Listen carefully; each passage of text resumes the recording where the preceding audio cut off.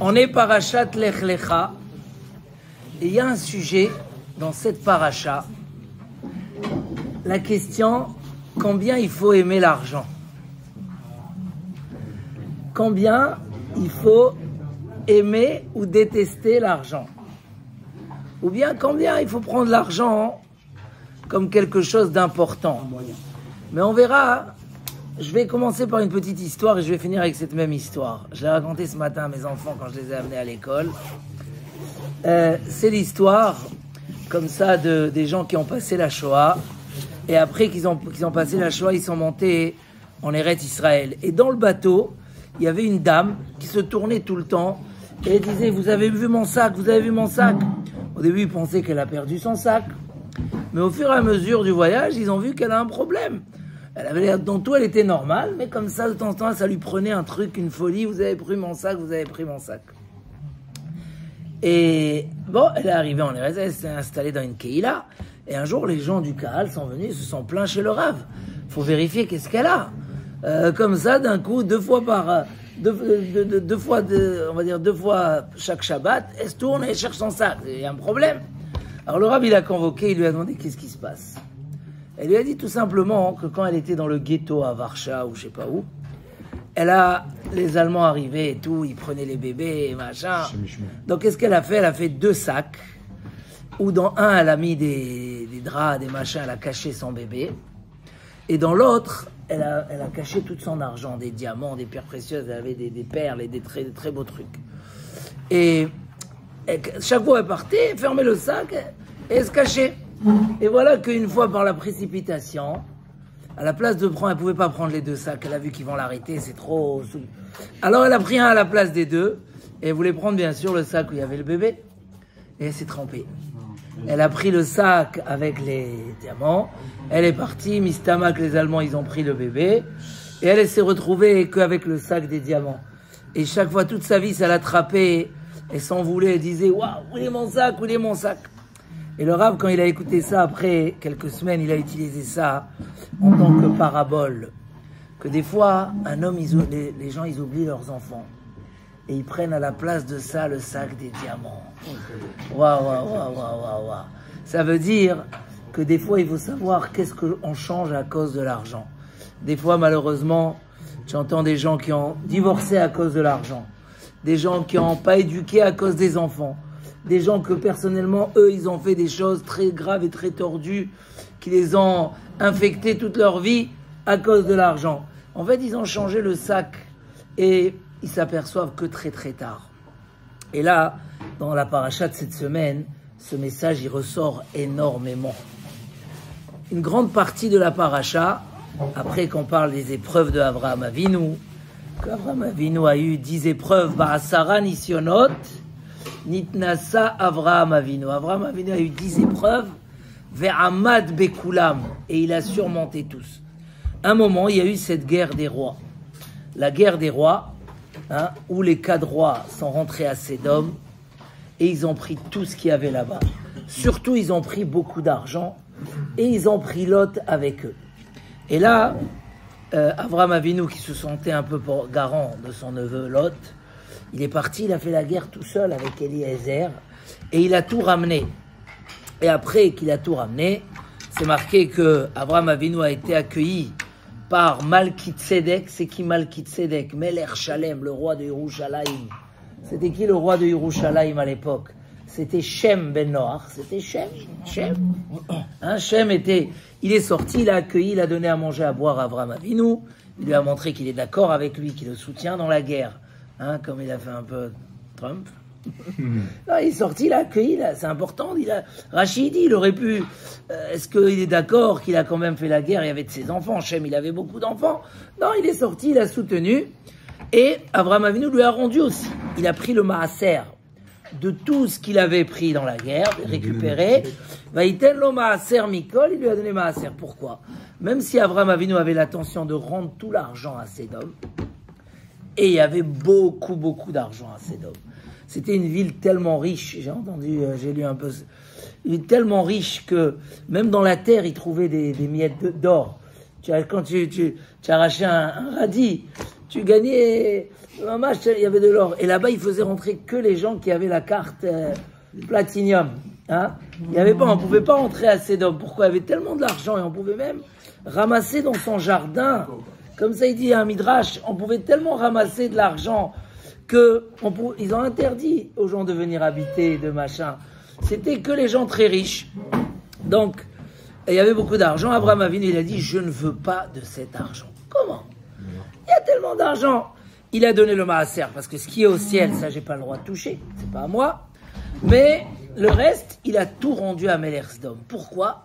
Il voulait pas que les gens ils disent que sa richesse est venue par une guerre, par... C'est vrai qu'il a accepté cet argent en maaser? En maaser, oui. Elle était cachère, l'argent. Elle appartenait à Abraham. Il a fait la guerre, c'est du butin, ça lui appartient. Donc oui, le maaser, il a été donné. J'entends ta remarque. Et il a tout rendu. Et Abraham Avinu a été énormément récompensé sur ce qu'il a fait. Il a le droit d'accepter de l'argent en maaser, un rav. Il a le droit d'accepter de l'argent en maaser. Un argent pas très cachère. C'est ça. Il a gagné, quoi. Il a gagné. Là, ici... Tu fais des trucs fous, tu l'as gagné. Il a gagné honnêtement. Bon, on a parlé de ça la semaine dernière, Shabbat, en Eretz Israël. Ils ont parlé de cette question énormément. Il faut bien savoir, ça dépend. Qu'est-ce qu'on appelle? Il y a qui sont trop extrêmes. Ils disent, n'importe quel argent, elle n'est pas cachère. Non. Là, c'était de l'argent cachère que Abraham ne voulait pas garder. Mais il dit, je crois, le Kliakar, ce qui était le maaser, c'est pas à toi. Tu n'as pas le droit de le rendre. Il faut le donner au... Donc, il a donné. Et le reste, il a tout rendu. Il n'a pas voulu prendre même pas. Rien du tout. Qu'on dise pas, il voulait faire Kiddush Hashem. Hachem, il m'a promis qu'il va m'enrichir, j'ai pas besoin de votre argent. Il a tout rendu, il voulait pas prendre même pas un fil, etc. Donc, d'une part, on voit la grandeur de Avraham Avinu, qui se sentait étranger à l'argent et à la réussite et au bonheur. Ça veut dire, je suis pas esclave. En principe, quand un homme il a de l'argent sous les mains, quand un homme il a... Alors, c'est très dur de s'en débarrasser. Il a un Yetzerara, etc. Mais quand tu es dans le Hémet, il n'y a plus de Yetzerara. Je raconte cette histoire que... a raconté un oncle à moi, Zichrono Livracha, disait que quand il était jeune marié, il a reçu un grand chèque de la CAF. Mais c'était une erreur, un gros chèque de la CAF.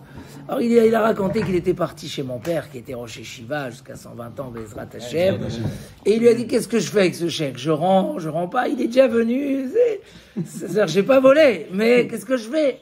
L'honnêteté, c'est pas pachout, c'est...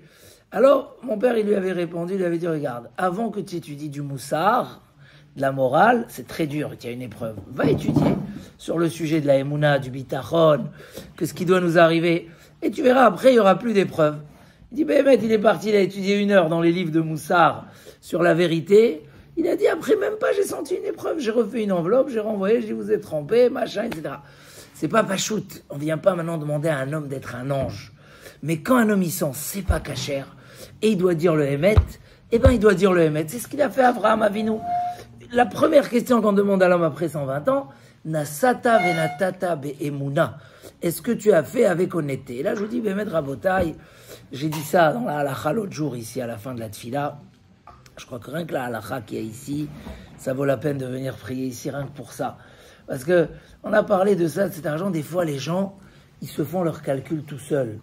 Il veut pas payer l'employé, il veut pas donner l'argent à l'associé, parce qu'il a fait un montage, oui, il a pas bien travaillé, il y a des halachot rabotai. Il y a des... Il faut faire une chéladrave, on peut pas, tu appelles. Voilà, même hier, quelqu'un, il m'a dit, son associé, il lui a volé 1 tonne d'argent. On voit dans les caméras, il m'a montré la caméra. Oui, il va, il machin. Qu'est-ce qu'on fait? Il veut l'attaquer en pénal. Je lui ai dit d'abord, appelle le Rav. Je lui ai donné le Rav. Voilà, il y a des halachot. C'est vrai, il t'a volé. Mais des fois, mamache, combien des gens se font la raison tout seuls, ils vont arriver après 120 ans, il va dire non, la moitié c'était à ton associé. Tu as gagné 200 000. Il y avait 100 000 pour ton associé, tu as volé 100 000 euros. Moi, j'ai volé 100 000 euros. Oui, parce qu'il y a des halachot. Pose la question. Allô, Rav, qu'est-ce qui se passe dans ce cas-là? S'il y a un doute, il va te dire ne paye pas. Parce que la règle dans l'argent, c'est quoi? Amotzi mechavero, ala vareaya. Tu connais cette règle? Faut l'apprendre par cœur. Yann, il n'est pas là, mais Hamotzi mechavero, celui qui vient faire sortir de son ami, ala vareaya, c'est à lui d'amener les preuves. L'argent reste chez celui chez qui elle est dans sa possession. Donc dans la halakha, faut pas s'inquiéter. La priorité, c'est celui qui tient l'argent. Mais quand même, des fois, c'est clair et net. Natania, nous, c'est clair et net. Des fois, nous, il faut être yachar. Ça, c'est celui qui a pas ce qu'on appelle chemdat hamamon. Le désir de l'argent, ça c'est Abraham Avinu. Mais on va voir tout de suite que Lot, c'était totalement l'inverse. Et là, les Baal et Moussar, et c'est déjà marqué dans le Rambam, dans Ilchot Tshuva, tu entends? La chemdat hamamon, je vais traduire tout de suite, c'est une mida très mauvaise. Dans les caractères, il y a un des caractères, il y a l'orgueil, il y a la colère, on les connaît ceux-là, oui. Il y a une qui en rajoute que beaucoup ne connaissent pas, chemdat hamamon. Le désir et l'amour de l'argent. C'est une maladie. Il y a des gens que chez eux, quand on dit de maladie, ça ne veut pas dire une maladie qui n'est pas guérissable, mais c'est une maladie. Ils aiment l'argent. Ça peut aller très très loin et ça peut être très très grave. Il y a des gens que toute leur vie, ils vont rien que ramasser. Ils vont priver leurs enfants, ils vont priver leurs femmes. Ça peut amener des dégâts énormes. Ça peut créer des disputes entre frères. Pourquoi? Mais ils en ont. Ça va rien leur servir, mais ils aiment cet argent. Il y a des gens qui vont pas se marier à cause de ça. Il y a des gens qui vont pas se remarier à cause de ça. Il y a des gens que tout simplement, il y aura une haine. Moi, j'ai déjà vu des gens les enfants, ils ont la haine avec les parents. La haine, pourquoi? Ils savent que leur père, il a une tonne, et même ce qu'ils ont besoin de basique, il n'est pas prêt à donner. Mais pourquoi? Parce que c'est une maladie, chemdat hamamon. On va mettre un petit compliment aux Tunisiens sur ce point-là. Mais on ne va pas en parler à la fin. Mais ça, c'est pas moi qui l'ai dit, c'est un grand. Mais c'est vrai qu'il y a aussi des fois, c'est aussi un caractère. Des fois, ça vient aussi de est-ce qu'on est. Voilà, des fois, justement, par la qualité, un homme qui est très calculé et qui n'est pas comme ça, qui ne se lance pas, alors automatiquement, il calcule plus son argent. C'est normal, parce qu'il est beaucoup plus ordonné. Il y a un, il calcule rien, donc automatiquement, mais il y a un autre qui calcule, c'est une grande qualité. Mais d'une autre part, des fois, à cause de ça, c'est trop. Et là, il y a un moussard incroyable à Botaï, et il faut travailler là-dessus. Chacun à son niveau, peu importe de quelle origine on vient. Il y a des endroits où là-bas, on a une faiblesse. J'étais hier chez un gars qui vend des chaussures dans il m'a dit, je lui ai dit, vous faites en même temps cordonnier, en même temps, il a une marque, il vend une marque de chaussures. Et il m'a dit, ouais, ça j'ai appris d'un juif. Et on vous doit, il a dit. Il m'a appris qu'on fait, c'était un Tunisien, il m'a dit de Tunis. Il m'a appris qu'on fait un gars comme ça. C'était trop marrant. Mais en tout cas, l'homme est chané. On ferme la parenthèse. Lot, c'était une maladie qui l'a amené. On se pose toujours la question. Pourquoi Lot, il a tellement, chasvé shalom, il a tout perdu, Lot. Lot, c'était le bras droit de Abraham Avinu, c'était son neveu. Lui, il pensait même, Lot, qu'il va hériter Abraham Avinu. C'est une des raisons qu'il est parti avec lui. Et on va voir la semaine prochaine, Eliezer, il est arrivé, Baruch, il est monté vivant au ciel, il est rentré dans le clan Israël, il a une descendance. Et Lot, Misken, il est sorti complètement. La Torah ramène ses critiques et ses machins. Comment c'est possible? Il ne fait pas partie du clan Israël. Alors, Ruth, elle va se convertir et elle va être partie du clan Israël. Mais en fait, Lot et sa descendance en soi, il ne fait pas partie du clan Israël, alors qu'il était avec Abraham Avinu. Alors que son père s'est jeté dans le feu pour Akadosh Baruch Hu. Comment c'est possible?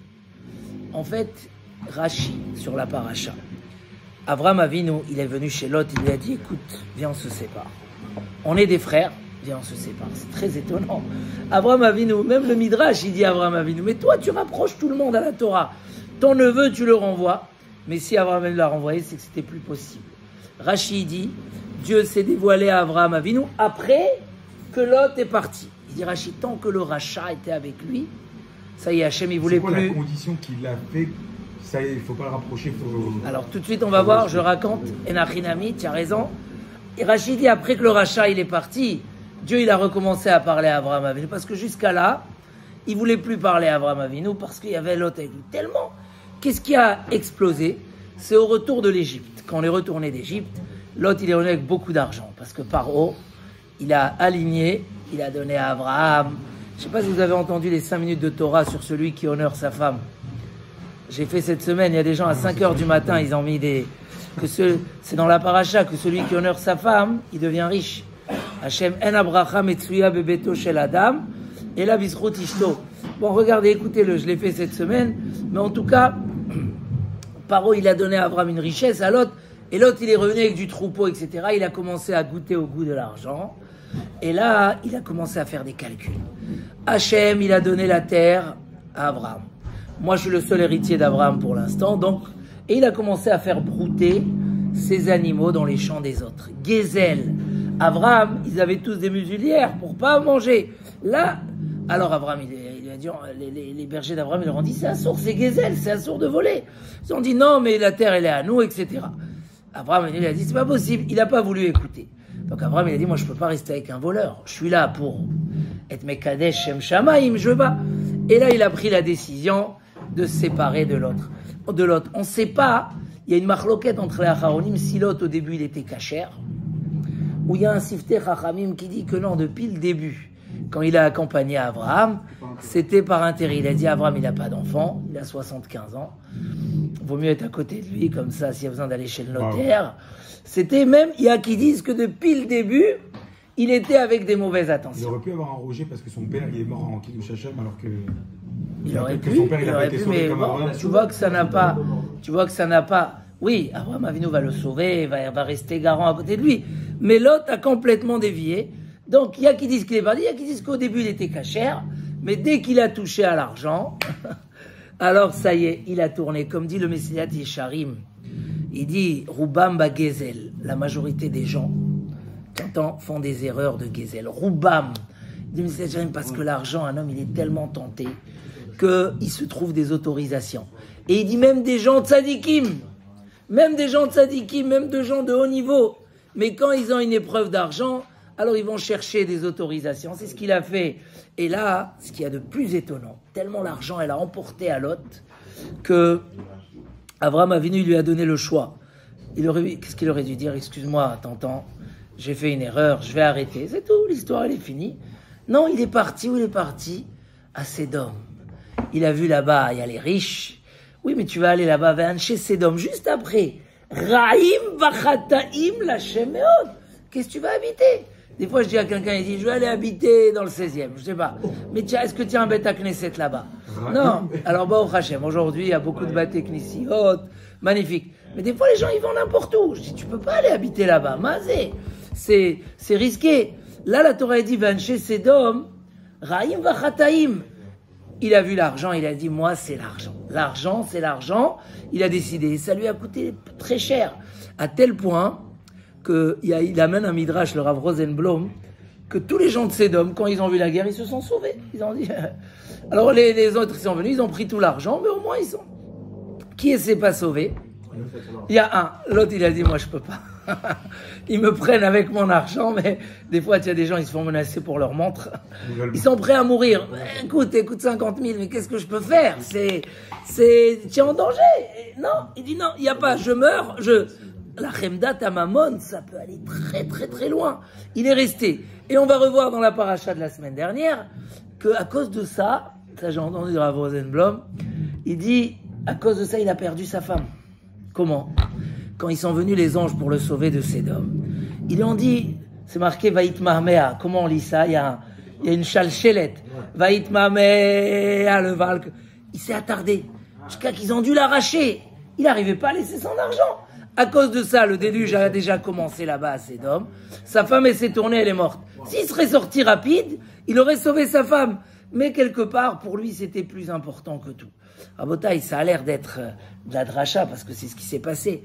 En fait, ce qui a détruit Lot, c'est le désir de l'argent. Et ça, c'est valable même pour des gens de haut niveau, ou, comme il dit souvent, on dit, ah, mais celui-là, c'est un tzaddik, comment il a pu me voler? Il dit le Messilat Yesharim, dans les questions d'argent, l'honnêteté est très dure. Si l'homme n'a pas travaillé sur lui, il peut être tzaddik dans tout. Mais dans ça, chas v'shalom, tu écoutes des fois des gens tzaddikim, du vol, ils n'ont pas fait chez la drave, rien du tout. Tu veux les amener au Bédine, ils ne veulent pas venir. C'est très très grave. Mais en plus, ça peut désorienter dans le bon chemin. Et ça, c'est le plus grave. J'entends des fois, je ne veux pas ramener des exemples, mais maman, des gens qui vont rester dans des interdictions graves de la Torah et tout. Mais ils ne peuvent pas s'engager parce que ça engage leur argent. Et vu que ça engage leur argent, rabotaille, ça sert à rien. Moi, je connais des gens comme ça, toute leur vie, ils ont ramassé 3 maisons en Israël, 3 maisons en France, 3 machins. À 70 ans, la personne est part. Rien, il n'a pas profité de rien. Il y a d'autres, non, il part pas à 70 ans. À 80 ans, la tête, elle commence à tourner. L'argent, il sert plus à rien. Il te parle même pas de son argent. Les enfants, ils sont obligés de s'en occuper. D'autres, peut-être, très rares, jusqu'à 90 ans. Mais un jour, il reste rien de tout ce qu'on a. Chaval, il y a des gens, ils ont un bon métier. Qu'ils aient une maison ou deux, ça change pas dans leur vie. Pourquoi à cause de ça, tu vas détruire ta vie? Pourquoi à cause de ça, tu vas... Laisse. Ok, tu risques ta maison. C'est pas grave, mais tu construis ta vie, tu construis ton avenir. Tes enfants, voilà. Des fois, des gens, non, cette école, elle est trop chère, machin. Mais c'est pour ça qu'on travaille, c'est quoi? Donc, le grand moussard de voir cette histoire, comment Sédom, comment Lot, il a tout perdu. Il a perdu Abraham Avinu, il a perdu l'avenir du clan Israël. Abraham, Yitzhak et Yaakov. Il aurait pu avoir une branche extraordinaire. Il a tout perdu. Tout ça pourquoi? Parce que... Trop d'amour de l'argent. Chemda Tamamon. Quand le Maïmonide, dans Ilchot Teshuvah, il dit qu'il ne faut pas faire teshuvah que des fautes, mais aussi des caractères, ici, il cite là-bas Ahava Tamamon. Donc, il faut savoir c'est quoi la bonne direction. L'amour de l'argent. L'amour de l'argent. Faire teshuvah sur l'amour de l'argent. Si tu sens... sur l'amour de l'argent. Oui, si tu sens... Tant que l'argent, c'est un besoin important... Et tu t'investis, on n'a jamais dit le contraire. De la distance, en vrai. Et si tu as beaucoup, au Hachem, tu peux faire beaucoup de mitzvot et de belles choses avec ça. Avec un intérêt, mais c'est pas pour l'argent en elle-même. C'est pour ce que l'argent peut donner comme moyen. Et là, automatiquement, tu vas investir pour ta famille, tu vas faire plein de tzedaka. Combien que tu auras plus? Comment il dit le Rav Shimshon Raphaël Hirsch? Vaïten lo maaser mikol. Pourquoi le maaser, il s'appelle Aeser? Parce que c'est 1 de 10, mais c'est celui qui boucle les 10. De même, quand tu es dans le 1, tu es prêt à donner parce que Akadosh Baruch Hu, c'est lui qui t'a donné. Quand tu boucles les 10, les 100, les 1000, les 100 000, les 1 million, toujours c'est le 9 et après le 10 qui arrive, toujours rappelle-toi, c'est Akadosh Baruch Hu qui t'a donné. Alors si avant tu pouvais donner, aujourd'hui aussi tu peux. Mais l'homme est chané, voilà, que l'argent ne passe pas avant les enfants. Que l'argent ne passe pas avant la femme. Un jour, on doit perdre un contrat parce que sa femme, elle se sent pas bien, elle a besoin de soulagement. Ou que on va perdre un contrat parce qu'on doit rentrer plus tôt à la maison. Eh bien, on perd. Azmayesh, je suis pas un esclave de mon argent. Mais si on devient esclave de son argent, là, ça devient un danger. Dès qu'un homme, il sent que, ça devient une, comment on veut dire en français? Un besoin vital. Ça devient un besoin vital et que c'est tout simplement, parce que des fois, comment il dit, c'est une phobie. C'est une phobie. Ah non, je dois aller au travail, machin. Mais aussi parce que ceux qui ont beaucoup d'argent, ils se mettent sur des gros frais. Des gros frais fixes, etc. Alors, Donc voilà, et la Rinami. Voilà, on peut rentrer dans un cercle où il y a aussi un calcul. Dans quoi il faut pas rentrer, dans quoi il faut pas rentrer. Mais à partir du moment où c'était logique, etc., et la Rinami, faut faire tout ce qu'il y a à faire. Mais dès que ça devient une phobie et comme ça, et ça te laisse pas dormir, etc., faut dire non. L'argent n'est qu'un moyen. Et avec l'argent, on peut faire beaucoup de belles choses, comme l'a fait Abraham Avinu. Mais, chas v'shalom, de faire l'inverse. Razak, razak, razak. Alors, donc, Rubam ba Gezel. Voilà, non mais juste qu'on arrive au 24. Rubam ba Gezel, la majorité des gens sont touchés dans le Gezel.